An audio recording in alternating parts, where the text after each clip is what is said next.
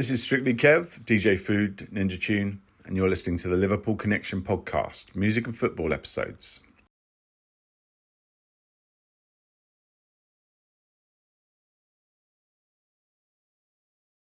Everyone, welcome to the Liverpool Connection Podcast. I'm your host, Daz. I usually do a music and football episodes. Today it's all about music.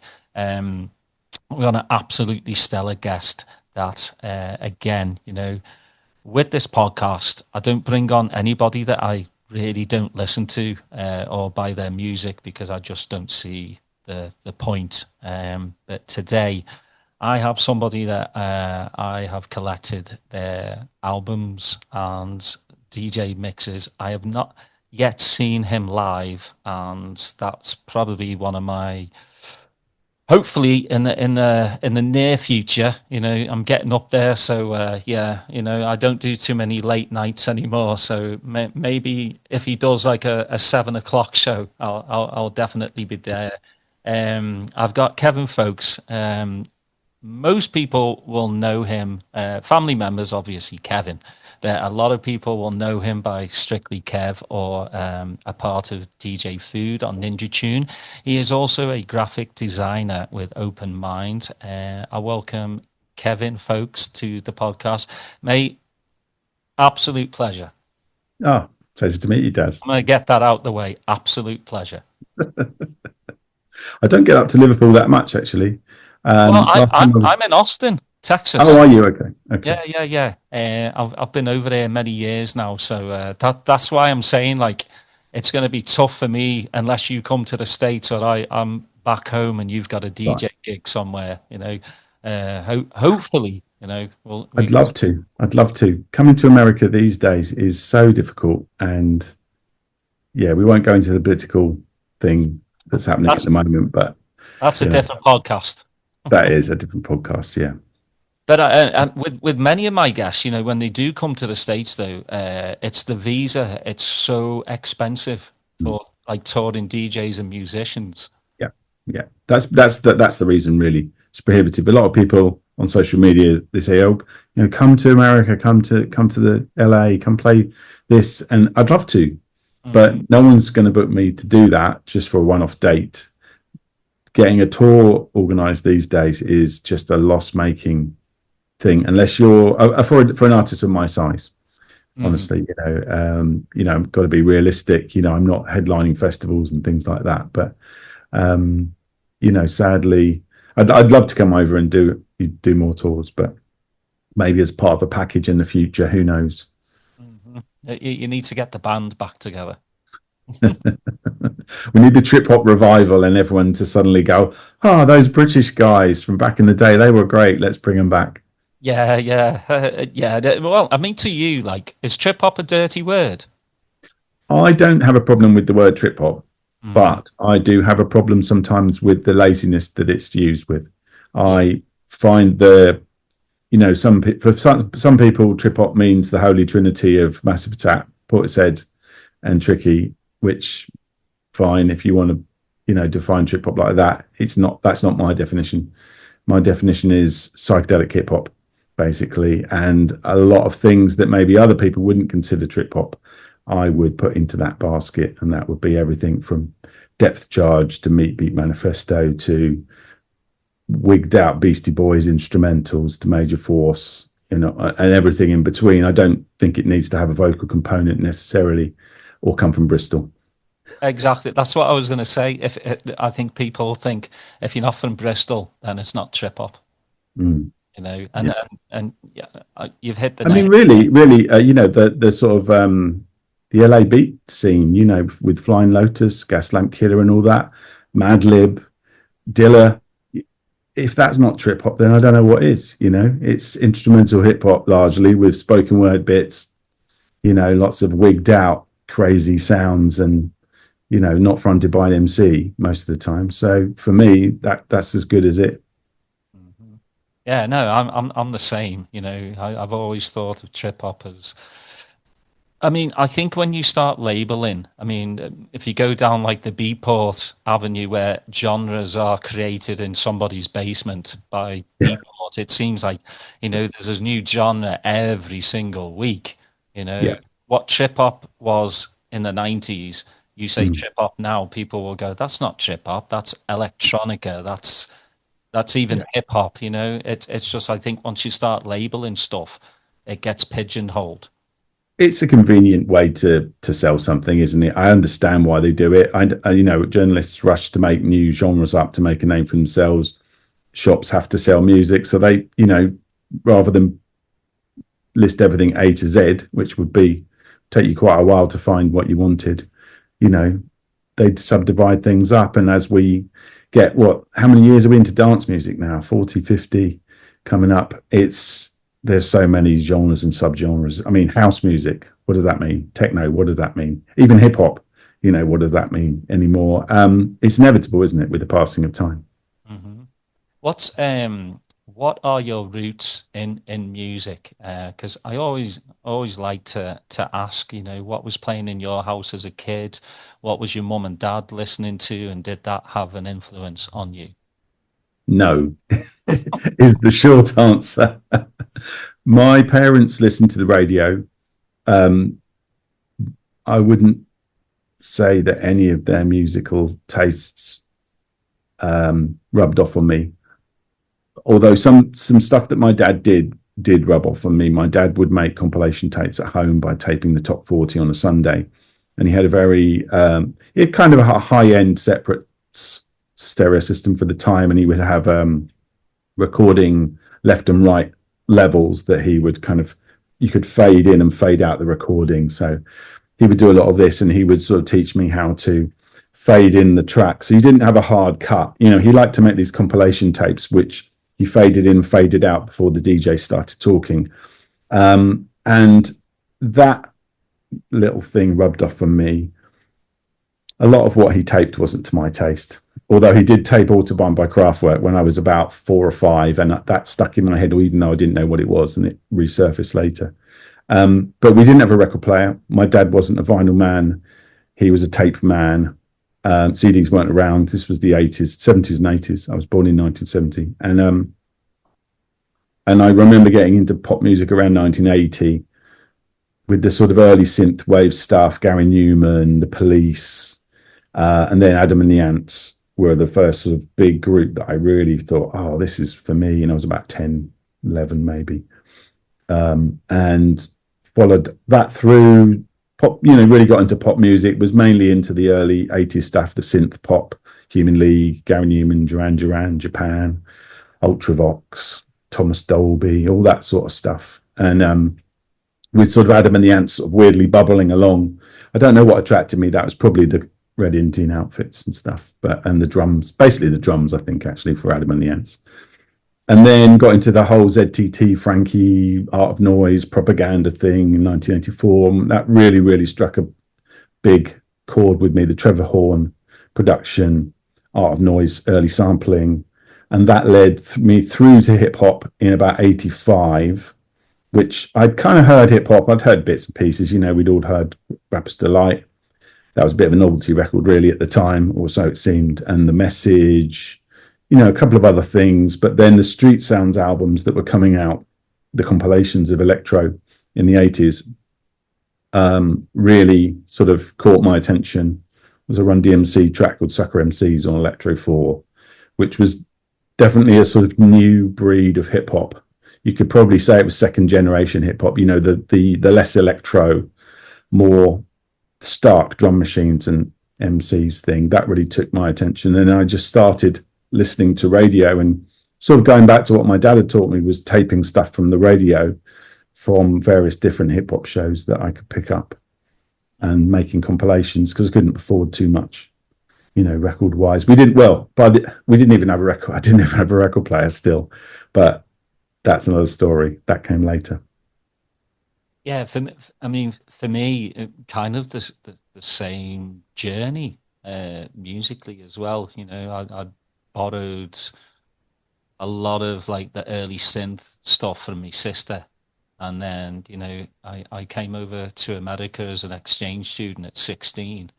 Right. And I was just blown away. That's the first time I heard Run DMC, and I wanted more. And What year was that?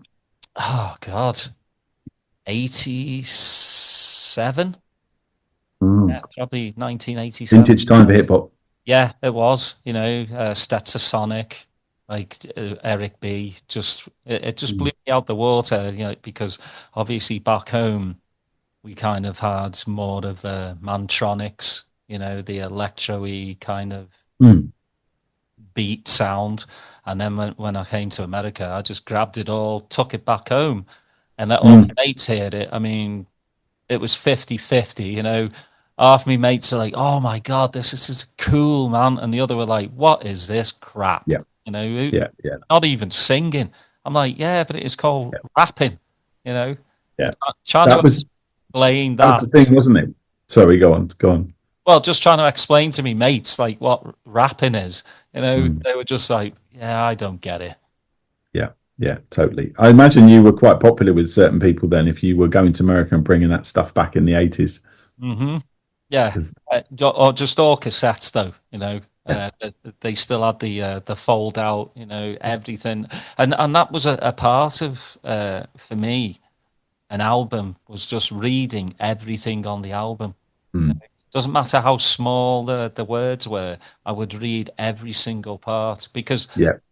But for me, I want to know not just about the artist, but like who produced it, who mixed it. I've always been like that.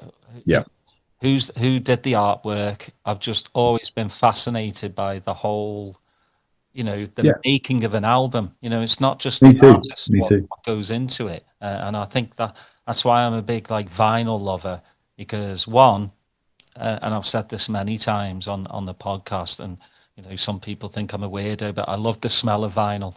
I just do. Brand new vinyl, the sellotape, you take it off, and then wow, just something happens to me, and I just love taking it out, looking at it, studying it, the artwork, especially if it comes with a gatefold, like the Beastie Boys album, License to Ill, the plane crash.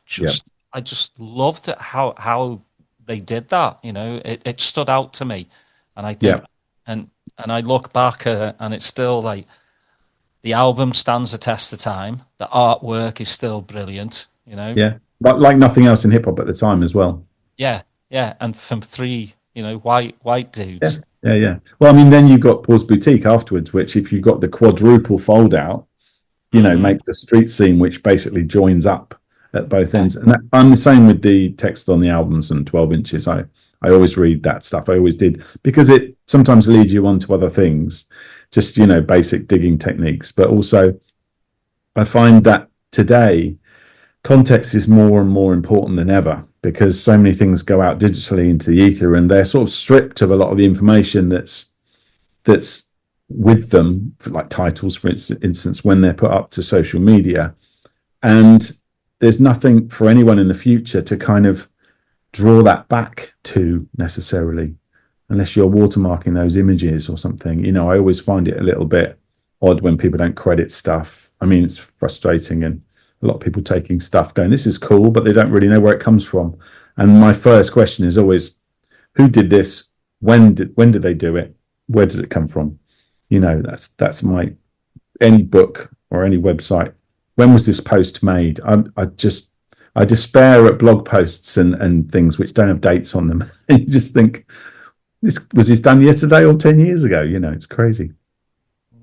I mean, I 100% agree with you. It's just, I mean, for me, you can look on an album and you obviously know the artist because you bought it, but then you go down the rabbit hole and you find out who produced it. And a lot of producers also make their own music. So you kind of put the name in, and now it's a lot easier because you get on the internet, you put the producer's name in and, so much will come.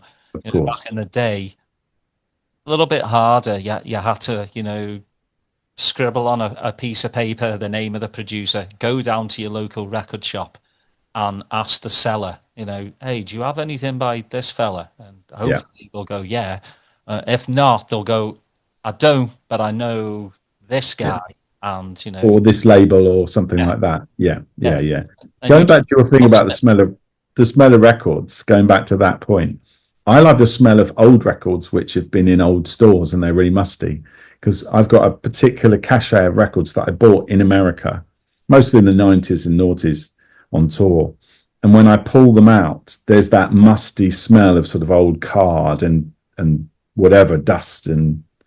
But there's a particular smell to an American record store that is different to the UK store. And it always gets me when I've been going through records recently, and I pulled a few out the other day, and it's like a little time travel thing. You're transported back to that dusty old shop. So my thing is the smell of old vinyl. See, two old weirdos having a chat about the smell of vinyl. Yeah. Vinyl. Then there's dub plates, the smell of odor dub plate. Yeah. With the sort of metallic-y oil smell, which I love. Well, I think with a vinyl as well, it brings back memories, again, and I'm not, however you buy your music, and I hope, people do buy music and not pirate it, wherever you get it from, that's good with me. But like with vinyl, obviously with digital, you buy it off the computer, you buy it from different shops, but you don't physically have it on you. And I think when you look back and you go through your record collection, it jogs a memory. Where were you when you bought it? I don't think like that if I'm on Beatport or Tracksource or whatever. It doesn't jog my memory like, oh, I bought this. I was, I had my first kid when I bought this digitally. But with an album, it's so much different, because I will remember where I bought it from, what was going on during that time. Are you the same? I am the same up to a point. I don't stick to one format. I'll buy vinyl, CD, cassette, digital. I'm not, I think certain musics are better on different formats. Personally, I won't buy hip hop on CD necessarily, but I'll buy ambient music.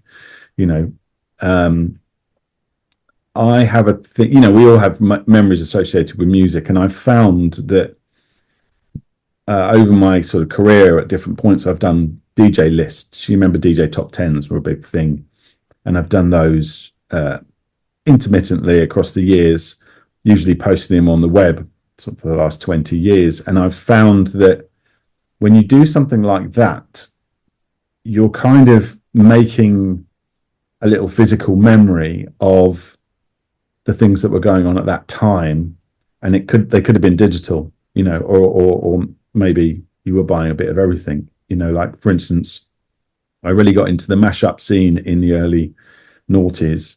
And a lot of that was digital or CDR, occasional bootleg 12-inch. But I have associated memories with that because I've got lists of records that I bought at the time and flyers from nights that I went to. That's another thing, flyers for memories. But I do a monthly sort of recommended releases on Bandcamp that I put out. And I look back even just 2 years of those and I go, oh yeah, that was that record. I remember that time, and there's a little picture of each cover with links to the things on Bandcamp so you can buy them easily. And that really transports me back in the same way as when I find a record in the rack that I've got an affinity with. Obviously, records are slightly different in that you're physically using and abusing them, and they're going to have things written on them, stickers added to them, fingerprints everywhere, all sorts of scuffing. And I'm just digging out a load of 90s stuff today. Actually, I've got a gig later on for an after party for the Train Spotting 30th anniversary. A friend of mine's doing a gallery show up in town, and I'm doing the after party. So it's all 90s. And I haven't pulled out a load of 90s for a DJ set, I think probably since the 90s, to be honest, like a sort of condensed thing. And it's a really interesting exercise because I DJ vinyl mostly off 7-inch these days because they're easier to carry and they are short and sweet, and everyone's attention is a lot shorter these days. But obviously, the 90s was predominantly a vinyl and CD decade, a 12-inch vinyl. You know, CD, 7-inch singles pretty much stopped getting made about 93. There are exceptions in the indie scene and stuff, but for dance music, it was all CDs and 12 inches. So, you know, I'm pulling out a lot of 12s and things that I haven't pulled out for a long time. You know, it was, you know, great decade. Mm-hmm. No, it was. I think it's a really good decade for music. So when did DJing start happening for you then? 85. I basically, I pretty much, there was a switch, and it's since been identified in music history by several journalists that 1985, you know, right, the middle of the 80s, was the switch where in pop music, you got Live Aid and Band Aid at the end of 84 and in 85. And there was a sort of, if you want to plant a flag for where the innovative electronica of the early 80s in pop music kind of died a death and handed over to Stock Aitken and Waterman and Co., that's pretty much the era. And I kind of sensed something in the water around that time, and I was looking for something new, and I was 15. You know, you're always on the search at that age for new things, and hip hop suddenly clicked for me, and I basically sort of jumped mostly out of pop and into hip hop and started to really, I'd already actually been doing graffiti for about a year before that, and that's kind of was my in, because I've been learning about graffiti and painting it and, you know, doing all that sort of stuff, and that led me into the hip hop world a little sonically, you know. Whereas before I'd kind of dismissed hip hop, you know, there was things like Buffalo Gals and Rocket and Break Machine and Ollie and Jerry, and they were, you know, half of them were corny novelty cash-ins, and it was hard to tell which was which when you were a bit younger, and I kind of dismissed it, but really was interested in the visual. So, you know, I had a copy of Subway Art and things like that, and I was painting with my friends, and we just sort of naturally listened to a lot of hip hop through that. And that's when it all clicked, and the DJing side really appealed to me, the scratching really. So I sort of taught myself to scratch on an old stereo system with a sort of built-in radio tape deck, you know, one deck, belt drive, that sort of thing. Couldn't afford anything else. And so that was kind of when that's where I sort of had one deck for about 2 years. When I was 17, my dad bought me 2 turntables for my birthday, but they were pretty basic, you know, belt drives. I think one had a pitch shift, and then one I managed to work out how to pitch shift it by a little tiny screw that was in the head shell, near the head shell, and you could pitch. It was like for fine tuning really, but it was, you know, I'd stuck a little screwdriver in and would crank it as much. It probably went +1 or 2 or something like that. It was crazy. So I would learn how to mix, you know, in my bedroom and make mixtapes and stuff like that. And then had, you know, it was just really just into hip hop pretty much. I'd say probably 80% of my diet between 85 and 88 was hip hop. So pretty much the golden years of the 80s, really, in terms of that switch from that sort of early electro into the sort of, let's say, the Def Jam era, you know, with Beasties, Public Enemy, Run DMC, and all that sort of stuff. That sort of LL Cool J boombox with an MC and a DJ, and that was it. Less of the sing-songy, you know, Furious 5 type rap. And then obviously, you know, house music was coming along. Didn't really get house music initially. It wasn't really for me. Acid captured me. I really got into that early on, but I didn't go to too many raves until a bit later. But yeah, just, you know, that whole dance thing coming in and infiltrating, and you had things like hip house, and there was a bit of crossover, and then it went into breakcore and hardcore with the rave stuff, and, you know, all of that sort of stuff. So I was DJing. I think the first DJ gig professional, or I think we probably got paid something, was about 88. I was mainly just doing friends' parties and stuff. And, you know, I was that weird kid who had 2 turntables, you know. Everyone's going, why do you need 2? Yeah. It's normal and commonplace these days, but back then, if you had two turntables in your bedroom, when people came around and said, "What's that for?" and "What's that thing in the middle?" which was then the DJ mixer, people didn't really have a clue, and eventually they kind of figured it out. Yeah, I think one thing I really like, well, many things I liked about the hip hop 12 inches back then was a lot of them had instrumentals. That you could just cut back and forth with the A side. So yeah, I would just gather those up so much. Do you have a favorite hip hop artist? Ooh, I think I went more for producers than anything else. I really liked the Bomb Squad. I really liked Marley Marl. Pretty much for a period there, both of those producers could do no wrong. Mantronics as well, because he had that slightly more electronic thing, and he always had the Latin Rascals doing edits on his pieces. I loved all that. Yeah, I don't really know. I mean, Public Enemy made such a massive impact when they came through, because they just kind of blew everything out the water. They were sort of, they jacked up the sort of seriousness of a lot of things. Public Enemy, they'd have Flavor Flav for a bit of comic relief, but it was pretty serious. Public Enemy, wasn't it? No messing about with them. And then you get UK groups like Hijack, who were sort of the British equivalent, or trying to be, and definitely probably doing a credible, take on what Public Enemy were doing. But then you had Bit De La Soul, 3 Feet High and Rising, the complete opposite, which was just as good, wacky. You had the Beasties, especially after they got past License to Ill, which was a good enough record, but from Paul's Boutique, for me, it gets more interesting onwards. Really, they sort of found their voice and lost the bratty teenager, jock thing, which, they claimed they were parodying, but unfortunately became part of their image. And so that, I was into all sorts of different things within the hip hop genre, but really the drums were the constant for me. It was the breaks, and when you get people like Hijack doing 130 BPM fast hip hop with crazy scratching, it was really exciting for me. Yeah, and people like Cold Cut, who were doing, mega mixes like Say Kids What Time It Is, and then Beats and Pieces.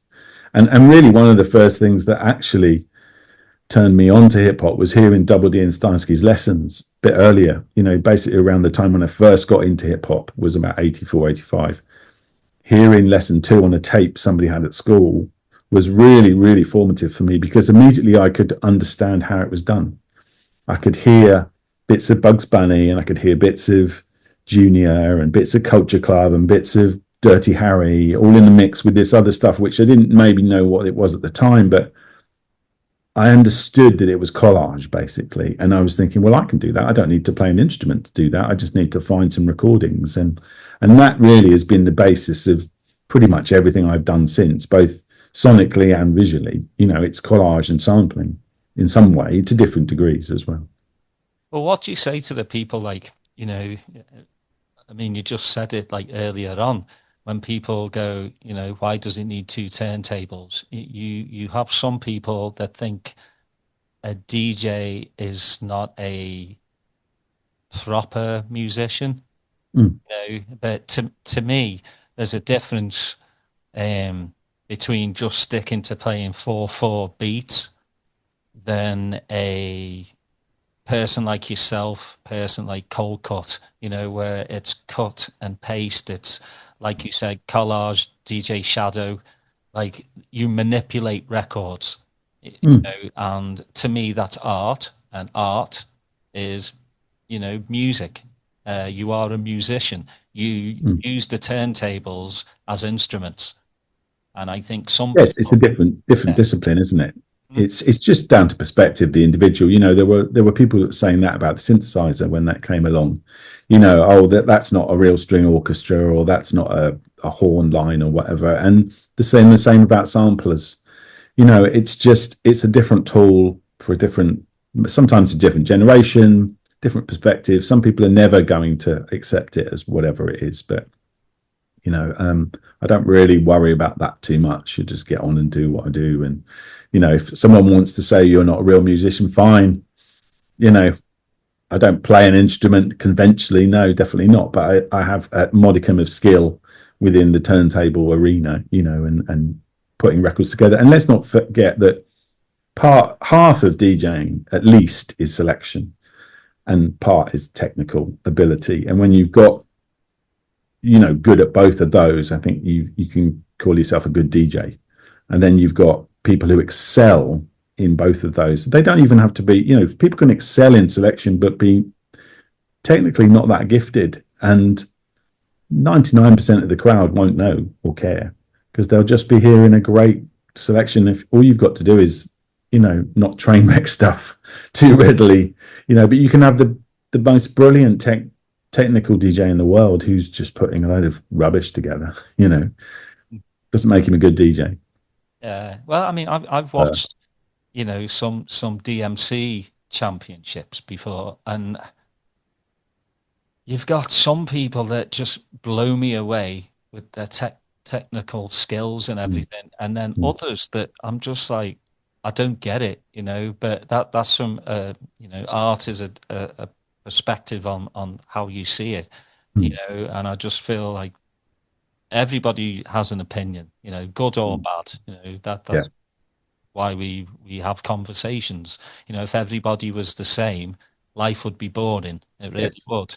But yeah, so some of them I've watched, and I'm always like intrigued on how they do that, and then you've got others I'm just like, that just sounds like noise to me, and you just I think that's an age thing as well. And it's as I get older, I think I look upon the DMCs as a very young thing, in terms of a lot of those guys are young, they're up and coming, and it's just a massive testosterone fest.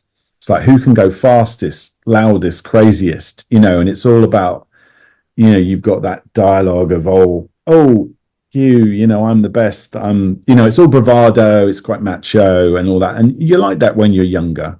And I think as you get older, you see that you don't have to be like that. Maybe you go through that's a phase. And the older DJs, they step back and they calm down a little bit, and you can let things breathe. And I'll never forget Mr. Scruff. I toured with him 20 odd years ago around Europe.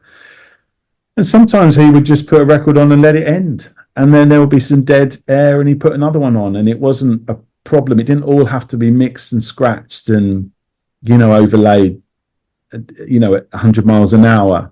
It's like sometimes you can just kick back and just let it go. But the nature of something like DMC is it's all about time, isn't it? You've got a very small window to do what your thing is. You've got to entertain, and that's very much a sort of useful thing. But then you've got DJs like Coco. I don't know if you're aware of DJ Coco from Japan.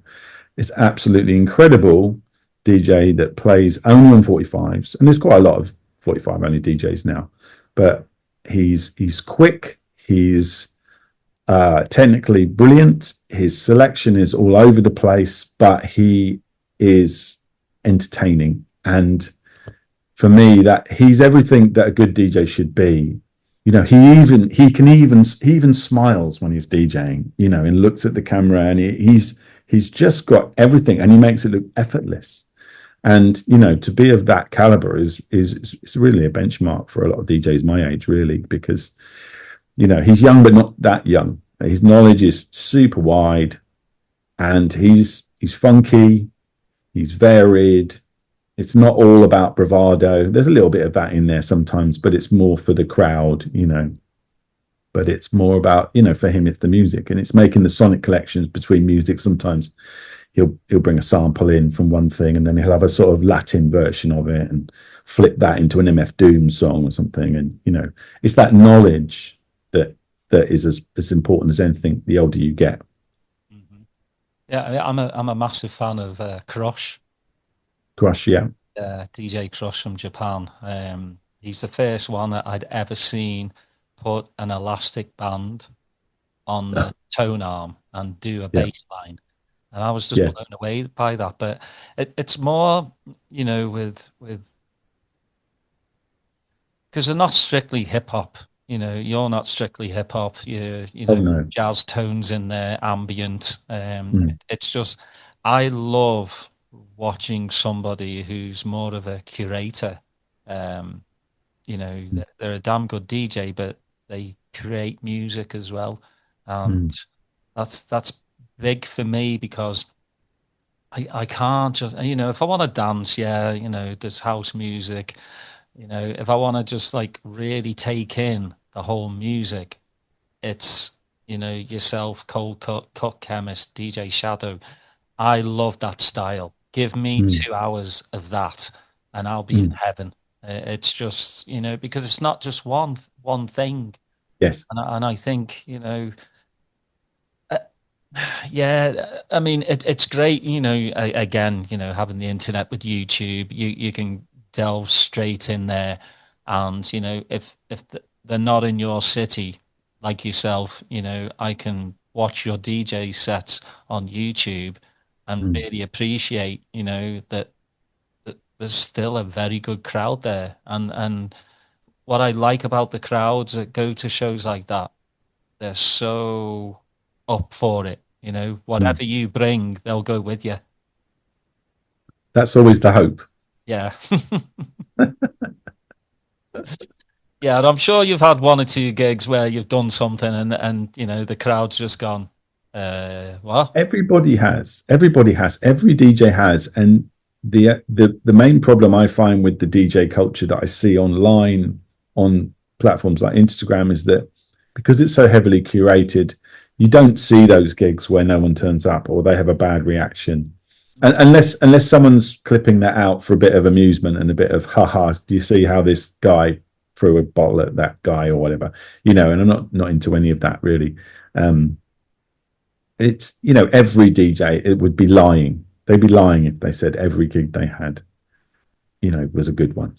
And you know, people's sort of idea sometimes of what the DJ lifestyle is and entails is usually down to seeing a 1 minute, if that, you know, 30-second clip of everyone going mental at a thing because something dropped, you know. But you've got the hours spent traveling to that gig, setting up, all the rest of it. You know, you might be playing at 2 a.m, 4 a.m, who knows. You're getting to bed late and then you've got to get up for a plane the next morning, probably within 3 hours. And you know, there's so much that goes on before that tiny little clip.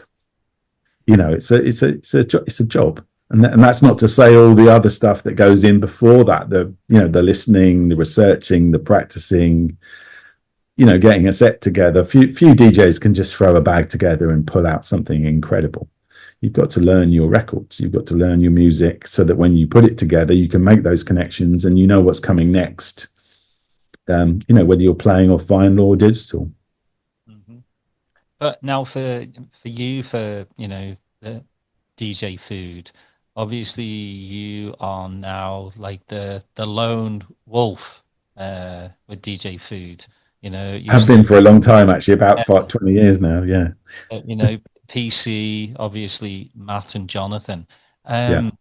How did you meet those guys? Like, was it just on the circuit or just? I was when I first moved to London in 1990. I was in art college, and by the end of art college, me and some friends of mine I was living with had started up these ambient clubs in Squats called Telepathic Fish. I don't know if you saw, there was a compilation that we put out last year that basically sort of told the whole story of this. That's where I met, first off, Mixmaster Morris, who introduced me to Matt Black from Cold Cut. And on, I think, the third party that we did, Matt was doing visuals, and I wanted him to DJ initially because I was a massive fan of Cold Cut, and I thought it'd be really good to get Cold Cut to DJ at our party. He brought along PC to one of the Telepathic Fish things to play on a Sunday afternoon. So that's where I first met PC. And around the same time, Matt was really into what I was doing as a DJ. He kind of clocked the techniques and the skills and the selection and stuff. And PC went off to build a hospital in South Africa for about 4 months or something like that. And they said to me, Matt and John, I'd met John a bit later, Jonathan Moore from Cold Cut, and they said, can you come in on Solid Steel, please? Because Patrick's gone and he's a big part of our team, and we need someone to kind of fill in and help. Because the Solid Steel shows were 2-hour radio shows on Kiss FM, for those who didn't know, that were weekly, that Cold Cut hosted, and they would just do it in collaboration with each other every week. And a 2-hour weekly show is a lot of music for one or even two DJs to fill every week. And we're talking about, this is in the 90s, before any form of digital music other than CDs. So you've only got a finite bag of stuff. So they wanted to fill the time. So I came in, I'd already guested on it a few times. And I came in and started doing a lot of that stuff with them, and just got myself in the door sort of with them, with Ninja Tune, which was just starting. And then that led to going into the studio and sort of chucking in ideas, initially just samples, and being there and sort of learning what was going on. I didn't have any clue about recording studios. I was a DJ. And eventually, as software and hardware became more available on desktop computers throughout the 90s, sort of getting some of that stuff and learning how to use it, and basically starting to make my own tracks as well. But a lot of Food was collaborative, and so was Cold Cut, to be honest. There's a lot of stuff on the early Ninja Tune label in the 90s, it's basically Cold Cut and Friends under another name, and that goes for DJ Food too. It's a big collective of people working in collective, pairs or trios or whatever. If you look at the writing credits, you can kind of work out who did what track and who contributed what. So I was kind of inducted into that sort of DJ Food fold via first the DJing and then a bit of studio stuff. And then it eventually sort of passed to me and PC when Cold Cut got their name back, because they were signed to Arista before that, a major label, and they couldn't use Cold Cut as a name, which is hence why they started DJ Food in the first place. So, by 1997, which was their Let Us Play album, they'd got the name back and they could release on their own label, Ninja Tune. Mm-hmm. So they said, you be DJ Food, basically. Yeah, and then Kaleidoscope drops. Kaleidoscope was in 2000. Yeah, that's me and PC mostly, with a few collaborators. And then PC, we did another EP called Quadruplex after that. Then we did the first Solid Steel mix CD in 2001 with DK, who was the producer of Solid Steel Radio Show by that point. And then PC basically wanted to do something else, and he joined the Cinematic Orchestra live band, sort of playing part turntable, part electronics on stage. And he really wanted to do that, and less of the sort of DJing, touring sort of stuff. The touring as part of a live band, I can't really speak for him, but my impression is that he didn't really enjoy the sort of being out front sort of thing. He's always been sort of more of a back room guy, and so but I mean he's always been doing music in some a lot of live capacities, to be honest. He's in all sorts of different groups, and he tinkers away, and he put an album out a couple of years ago called Electric Envelope under his own name, which is brilliant. And if people like DJ Food, they should definitely hear the Patrick Carpenter Electric Envelope album, because there's bits going back to, I think, 2009 on there as well that he'd done. So it's very in that cinematic The Crow vein, from Kaleidoscope. Yeah, I'll go down that rabbit hole, but yeah, I mean, you've got DJing is a lonely profession. Because it can be, yeah. Unless you have you're at the top tier where you travel with a camera crew and all that bollocks. Most of it's lonely. So I guess traveling, touring with a band, for Patrick probably made sense. Well, I mean, in the 90s, it was a little different. We would travel as sort of package tours with the Ninja Tune label. So you would get a tour and it would be Cold Cut, DJ Food, Herbalizer, DJing, not live, or DJ Vadim, Neotropic, Mixmaster Morris or something, and people would sort of pick artists from the roster and put together little bills, probably four artists and stuff. And in the 90s, PC and I were partners as DJs as well, so we did the 4-deck thing, which was really cool, and sort of improvised those sort of things. And then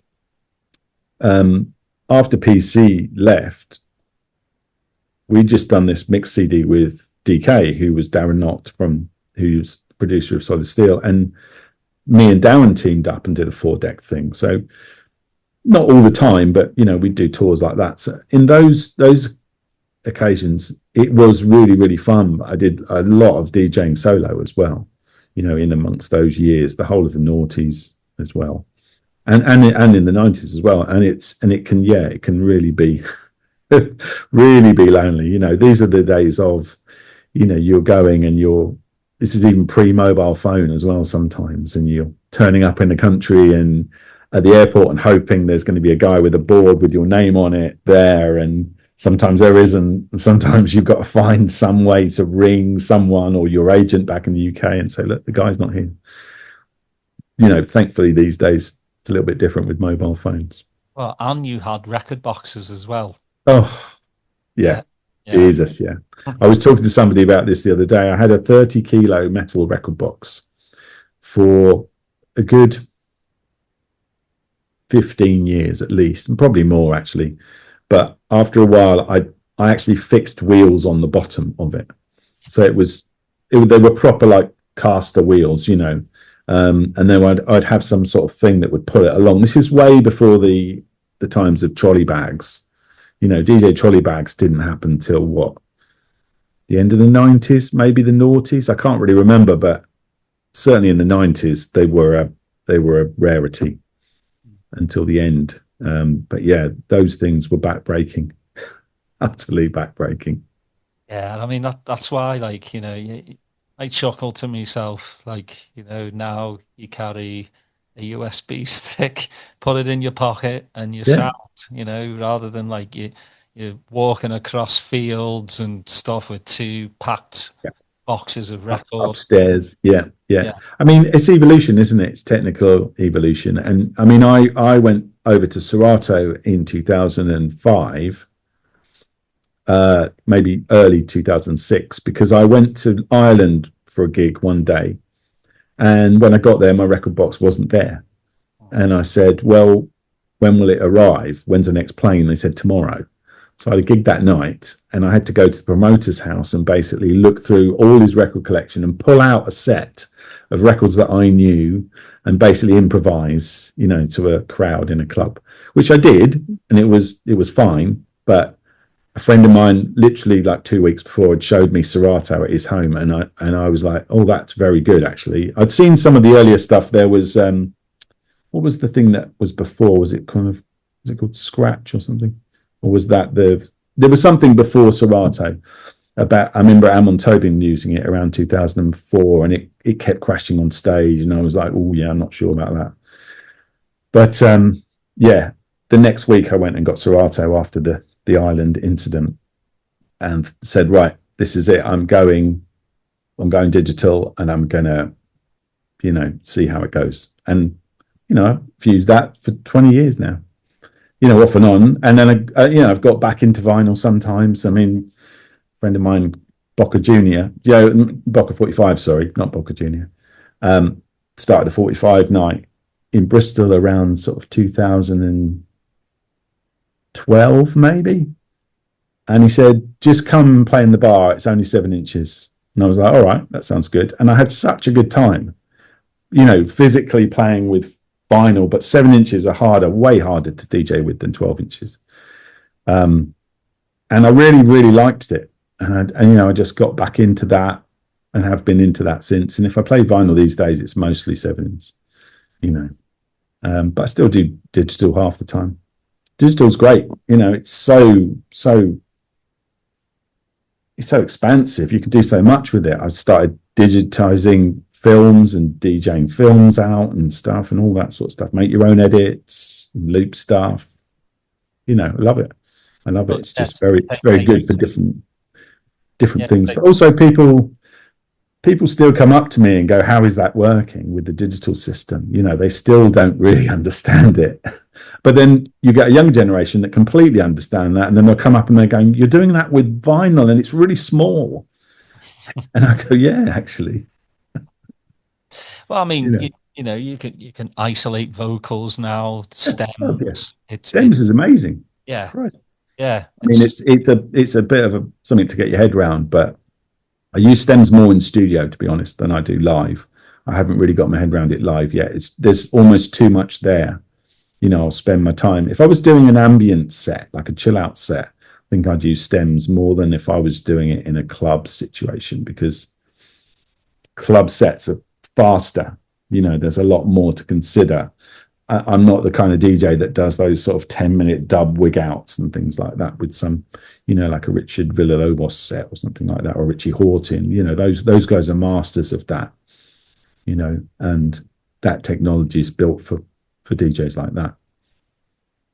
So when you're doing your DJ sets with DJ Food, the whole collective, did you go into it like blindfolded, like was it spontaneous, or would you start from a point A and get to Z? Most of it was spontaneous, especially in the 90s, because you only had because you had a finite record box, you know, you had to use what you had, and you had to also read the crowd, obviously. And a lot of things I did, especially with PC, were completely improvised. And occasionally we'd have a little mix, like a little coupling that we worked out, you know, an a cappella with something else. There was a lot of stuff.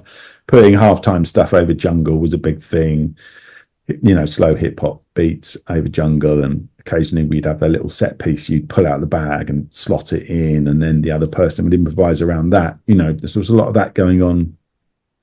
Sometimes, you know, like any improvisation, sometimes it works brilliantly, sometimes it doesn't work as well, you know. But then when I started DJing with DK, we made a point to really sort of work out sets, because sometimes we were doing versions of the mixed CDs that we put out. So we'd do a live version, so we kind of have set pieces, and then we'd actually extend things out from where they were on the CDs.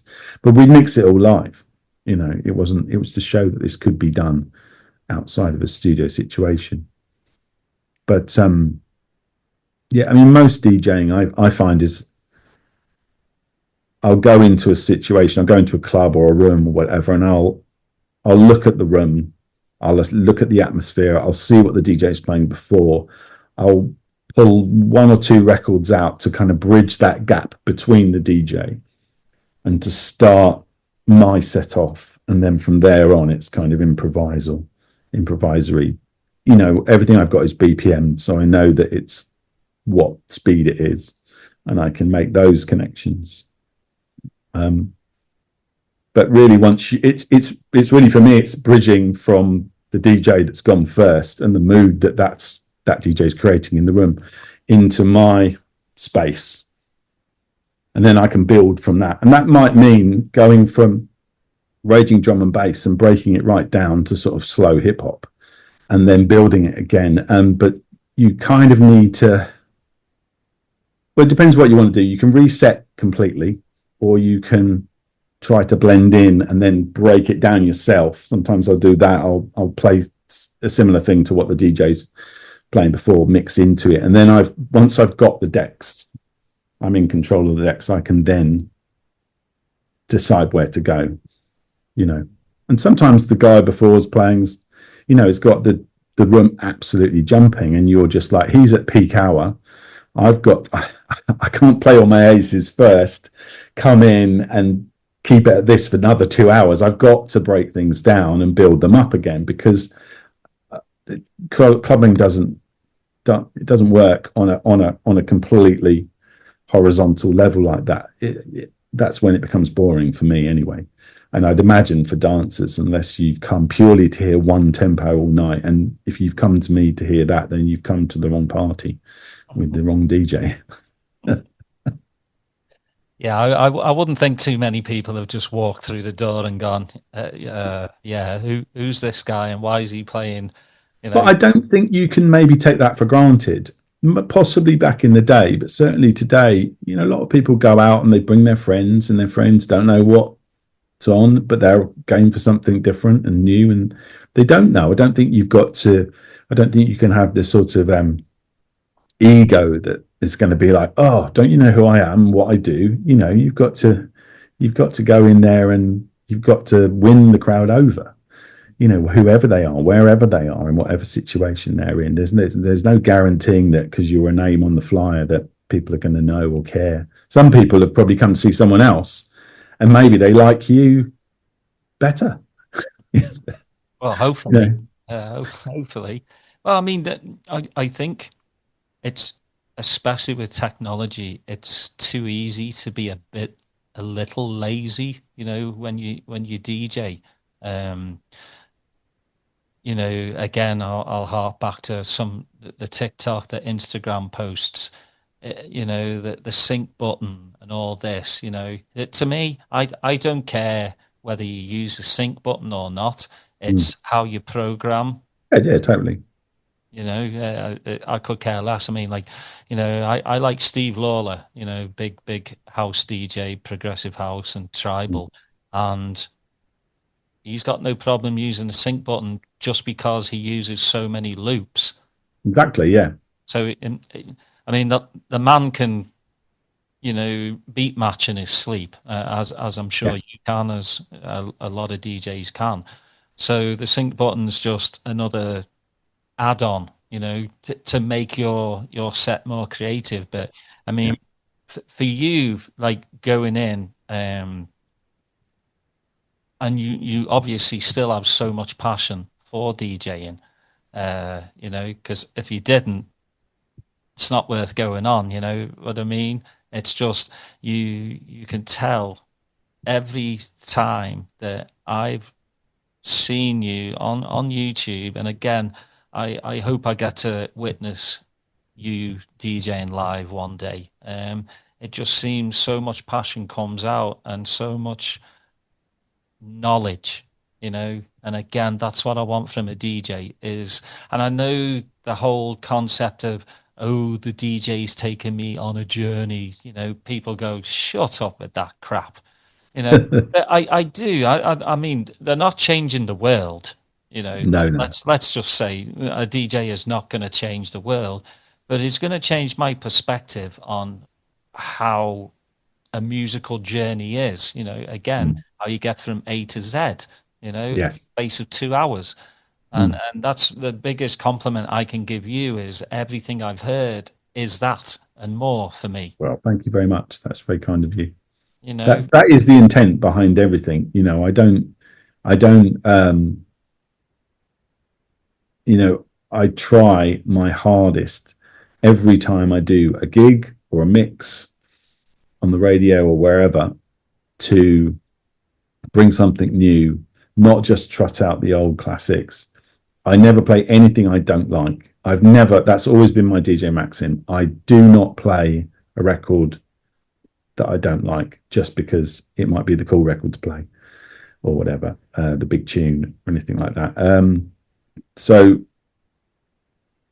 going back to the point about the sync button that you made earlier, I personally don't use it. I don't really have a use for the sync button in the same way. But if you're playing 4 different sources, there's no way that you could physically mix like that without the sync button. I'm sorry, I don't know a DJ on this earth that could keep 4 things running in time flawlessly for 2 hours or more.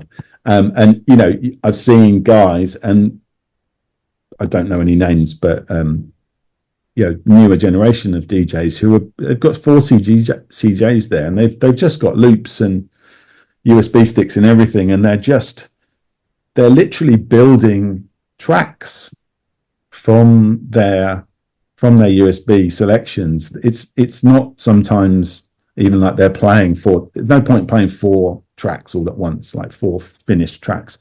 You're playing parts, and that's where you can be really creative. And it's not really any different to maybe using Ableton and doing a live thing there with loops and cutting between things, so it's just technology basically being used in different ways that it wasn't maybe intended for, and the sync button's actually helping in that. I mean, no one wants to listen to train wrecking, do they, in a club? So yeah, I don't really have a problem with that, but yeah, the knowledge is the thing, I think, and you can never ever stop learning in something like this, because there is so much music out there, and not even just new music, old music as well. Find stuff all the time. I find stuff in my own record collection all the time that I don't know that I've got, or I've forgotten, or there's a track on the B side, and maybe when I bought it 20, 30 years ago, I wasn't into that stuff, and now it makes total sense. I've just pulled out a few things this morning, a couple of left field 12 inches from the early 90s.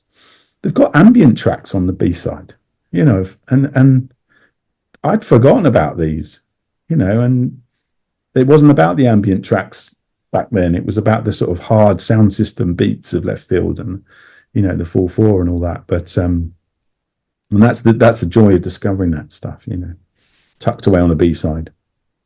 Yeah, that's a big reason why I love Bandcamp.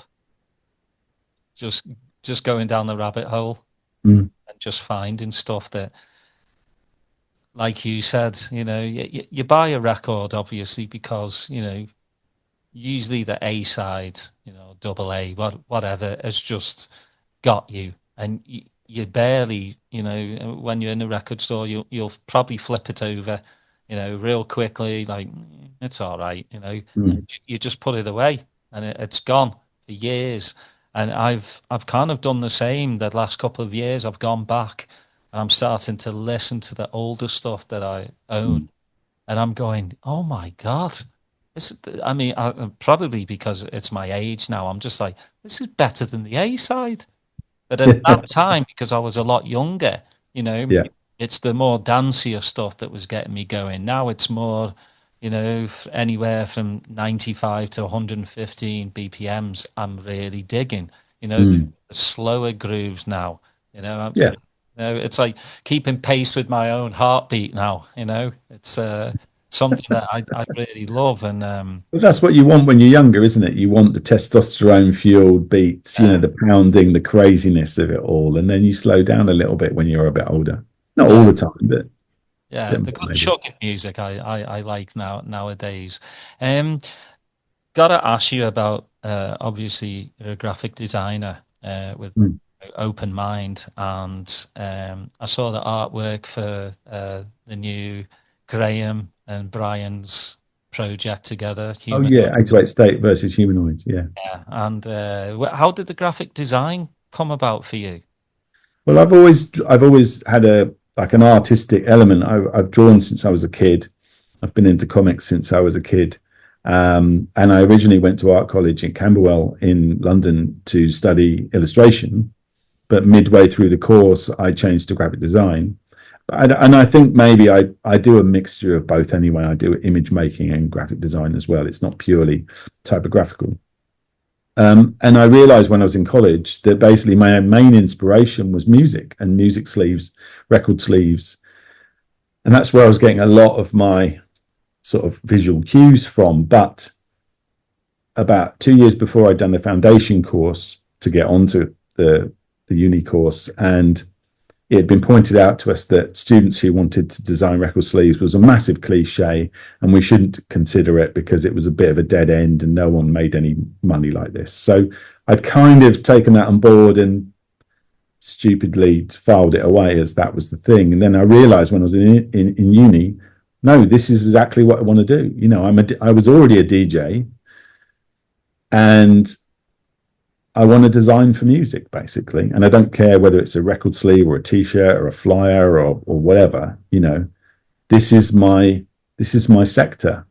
And so once I'd realized that, actually I was tutored by Graham Wood, who was part of Tomato at the time, who were involved with Underworld, did all the artwork for Underworld, which I loved, and there were a couple of people from Tomato on my course tutoring, and that really cemented. And there was another DJ who was involved in the sort of acid jazz sector.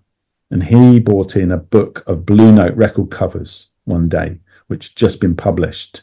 And immediately I saw where Swifty had got all his cues for the Talking Loud record covers from. You know, I mean, God bless Swifty, you know, great guy, great designer.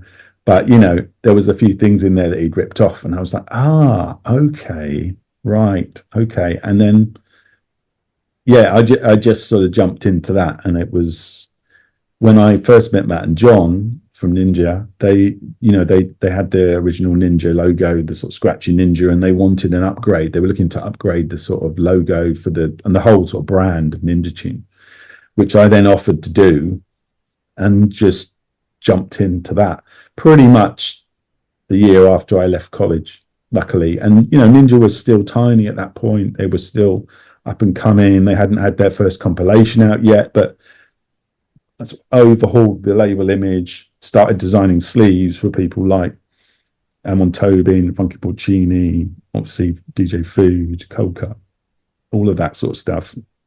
And we sort of they built the label up, and I helped visualize that build. And, you know, they're still here 35 years later, which is nice. Yeah, well, I mean, I said to Matt, you know, Ninja Tune just hit the nail on the head. They've always stayed true, you know, to their musical beliefs. And it's great to see a label like that amongst these, you know, major labels that are out for obviously blood, you know, money. Just, it's, you know, how much money can they make from these artists? Well, I've always said, like, Ninja Tune, it's quality over quantity. And yes, I think so. I think they've survived by looking at what's current and contemporary and sort of looking forward. They haven't done too much looking back, and they could have stayed in the same vein as the 90s, you know, but that was then, and this is now. And that is really why they're still here, and why any label is still here, and any label is maybe still relevant. I think they're relevant to a different generation of people now than they are maybe than when we, in a different way to when we were first doing stuff in the 90s and noughties. But the whole thing with Ninja seems to have always been to sort of look for something fresh and new, and how can we incorporate that. Matt and John are very good, and I've always been very good at sort of giving people a platform, recognizing talent. And that's not just on the artistic level. It works actually in the label as well as anything else. And it's spotting people who would come in for a work experience placement maybe, and sort of have something that maybe the other person before didn't have. They'd have initiative, they'd make good suggestions, you know, and sometimes those people will be kept on and retained. And someone like DK, Darren, not who came in and was just doing packing in the warehouse or something back in, I think, 97, you know, he spotted that the Weekly Solid Steel radio show didn't have a key person controlling the whole thing, and that there was a place there potentially that he could fill. And basically, in the same way as I offered with the artwork, you know, let me do everything, they were just doing it piecemeal at that point. So we both sort of had the initiative to spot a gap and jump into that gap and fill that gap. And, you know, they trusted us enough to do those jobs. And,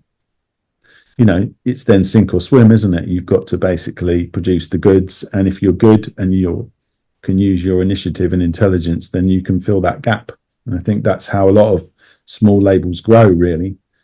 You know, spotting those people that come through the door that have got something to contribute. You don't have to shepherd them too much. You give them some guidance to start off with, and then they become part of the team. Mm-hmm. Well, it seems like Ninja Tunes, it feels very family orientated. Yeah. You know, from the outside at least. Yes. You know, you've got each other's backs. Yes. Which again, it's definitely. I mean, it's big. It's bigger these. I'm less involved these days, but it's bigger. I mean, I've lost count of how many people are there now, but it's a lot bigger than it used to be. You know, just by, you know, the deed of the publishing side of it and all the licensing and all that sort of stuff. You know, they've got a catalogue of 35 years now. That's a lot. There's a lot there to administer, and it's very much switched from the physical. Obviously, they still make physical records, but that was the be all and end all back then. The publishing was a small part of that, and it's very slowly over time, I think, switched to the publishing versus the physical. In terms of, there's a lot of material there that can be licensed. You've got a whole 3.5 decades there to be mined and used, and that's not an inconsiderable amount. There's so much good stuff coming from Ninja, Bicep, obviously, Bonobo. Is it Tasha or Tisha? I don't know. She's putting out some quality stuff. Yeah, it's just, again, God, I remember my first Ninja Tune records. Yeah, what was your first Ninja record? Oh my God. Mine was weirdly DJ Food. I bought Jazz Breaks 1 when it came out, but that was before I knew Matt and John, so it was a weird. It was, I'm pretty sure it was Funky Porcini or Herbalizer. Right. One or the other. And I just remember going, because, I was listening to Massive Attack, Tricky, and a lot of ambient at the time. And a lot of drum and bass, a lot of just a lot of dance music, but just more. I like the experimental stuff, Amon Tobin, but yeah, it was either Herbalizer or Funky Porcini, just making me go, wow, slower sounds good, because like you said before, again, when you're younger. You want to. This kind of brought me down, because I had my hip hop phase, and I still have my hip hop phase. I still go back. Tribe Called Quest, Far Side is actually coming to Austin. Oh, nice. And I'm going. Yeah, I might be able to get myself out for that. They're just fun. Yeah. Like it's just I love Ninja Tunes and what they've done. And again, it's quality over quantity for me, because you can, if you want, if you have a record label, just pour it out, Yes, but you can. Then you're going to get 50% that's just fillers for me. Unfortunately, if you're pouring music out, you're pouring it out with the tidal wave of everyone else that's pouring it out. And I know labels that will pretty much release something a week, and you can't keep up. That's just one label. You'd spend your whole time listening to that label, and you wouldn't have any time for anything else. And our time is precious these days, isn't it? We're pulled in all different directions by multitudes of media. So I think, and for records to become special, and for us become attached to records, is a rarer and rarer thing.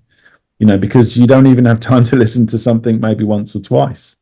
Even and if something gets 5 plays, it's a favorite of the year, sort of on the list. But I do wonder how we're going to be in sort of like 10 or 20 years time, where people are going, what was the classic of this year? What was the defining album of this year? And when they come to do a 20th anniversary, what really hit, what really changed the scene in the way that something like, say, Nevermind changed the scene back in the day? Do we have those records anymore? And we probably do, but I don't know whether those things get lost, or the scene's so there isn't really one music scene anymore. Whereas you could kind of keep tabs on most things back in the 90s, certainly in the 80s, in the UK anyway. But these days, I think everything is so fragmented. One record that could be an era-defining, genre-breaking record in one genre could be completely unknown by the public. Well, and I also think the attention span.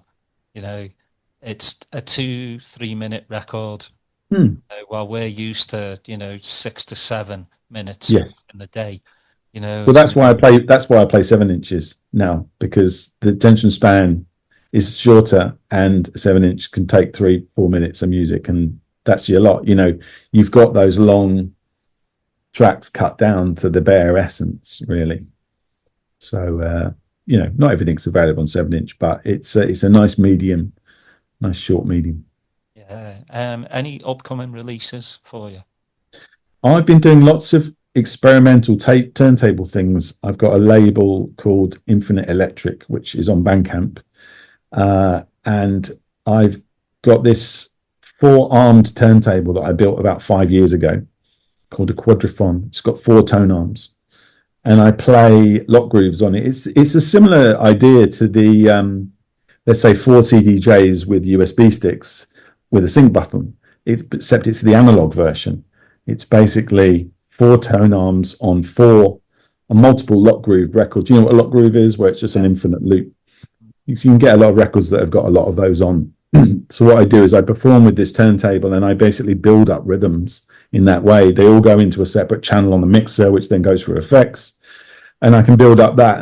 And there's, it's very techno-y sort of house. Is 133 is the BPM of a perfect lock groove, so it's all in that sort of vein. But you can play about within that with different speeds and stuff like that. So I've been doing a lot of that and different performances with that, because I realized a long time ago the turntable is my instrument. This is going back to what you were saying earlier about this sort of musician thing. The turntable's been the constant throughout my career in music, which is as a DJ first scratching, then as a mixed DJ, then using it to control digital means, and then adding that to video, and then sort of back to vinyl and all this. And I got to a point where I wanted to make something that was part live performance and part improv and part DJ. And that's why I built this turntable. And so I've got these, I've been doing various different collaborations with other people using turntables, basically, and making all sorts of weird music. Some of it quite ambient, some of it quite techno. So very different from your traditional sample-based DJ Food, but incredibly exciting for me because it pushes me to do something outside of what I've done for the last, this is the 40th year of my DJ career. I've been DJing for 40 years now. So I can DJ. I've established that I can turn up to a club or a room with a bag of records or a laptop, and I can make the crowd dance. And that's fine. I enjoy that, especially if I get to do a sort of tailored set. I'm never playing the same thing twice. But I want to go into a sort of more abstract artistic sector sometimes and do something where I'm really, really flying by the seat of my pants, and I don't know how it's going to turn out. And that really excites me. So I've got a few things coming out on tape and digital this year related to that. Well, I look forward to it. But Kevin, it's been, like I said at the beginning, an absolute pleasure to have you on, and just to chat for an hour and a couple of minutes just about what you're passionate about and how you started, and 40 years. Just when you say it out loud, it's got to make you go, holy crap, 40 years. It's crazy, isn't it? Crazy, absolutely crazy. And 30 of those years are pro DJ, professional, traveling around the world. At least 30. You've got to learn your craft. You don't just jump into it. But it's kind of mad. I'm still here, still doing it. Yeah, still going, still got the passion for it. Well, you can check out, you can go to djfood.bandcamp.com. You also have your bandcamp.com/strictlykev with your playlists, right? I'll send you a link for that. Yes, I'll send you a link for that. Yeah. So please, everyone, go check out Kev's music. Who's got a SoundCloud. So Strictly Kev SoundCloud, DJ Food. But yeah, thank you again, Kevin. Been my pleasure. Absolute pleasure having you chatting. Please like, subscribe, put your notifications on, and as I always say, please take care of yourselves. We live in a crazy world right now. Be nice to one another. Say hello. How you doing? It only takes a second. But until next time, take care and stay safe.